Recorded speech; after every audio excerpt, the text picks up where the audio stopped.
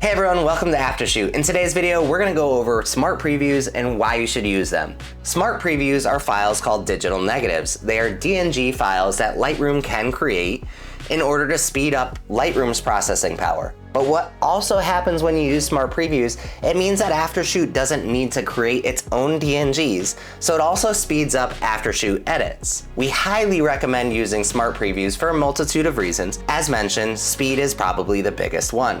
It'll speed up your Aftershoot edits workflow, but it also speeds up your Lightroom because you're no longer loading the full resolution RAW files, but you're instead loading these DNG files. Now, an important note, you cannot export your DNG files without your RAWs connected. The DNGs are simply smaller versions that contain all the data we need to actually edit, so it does allow you to edit it as if it's a RAW file, but it's not the size that you would normally have from a RAW file, so it's not big enough to export a full resolution image from.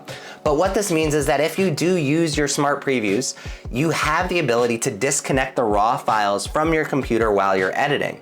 This means that Lightroom's gonna operate a lot faster. That means if you wanna use Aftershoot edits anywhere in the world without Wi-Fi like you normally do, you don't need to carry your hard drive along with the RAW files. You only need your Lightroom catalog and your smart previews to run Aftershoot edits and ultimately to review those edits in Lightroom. You only need those RAWs connected again when you're ready to export them and send them off.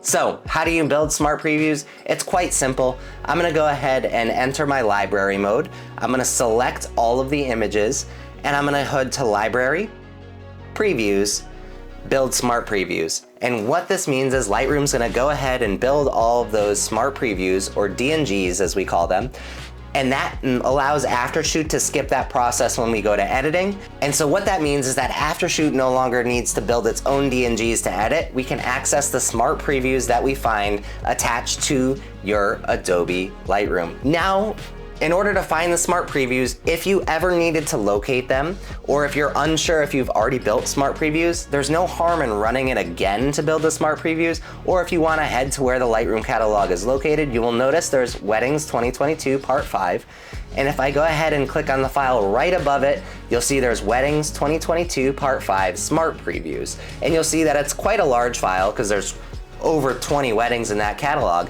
but I had all the smart previews built and they exist there right next to the Lightroom catalog. Now, of course, Aftershoot will automatically find those smart previews, but in the case that you did want to look for them, this is where you would find them. And if you finish editing a catalog and you no longer need the smart previews, you can of course go ahead and delete those smart previews. Thank you so much for watching. If you have any other questions about Aftershoot or simply want to learn more, check out some of our other tutorial videos.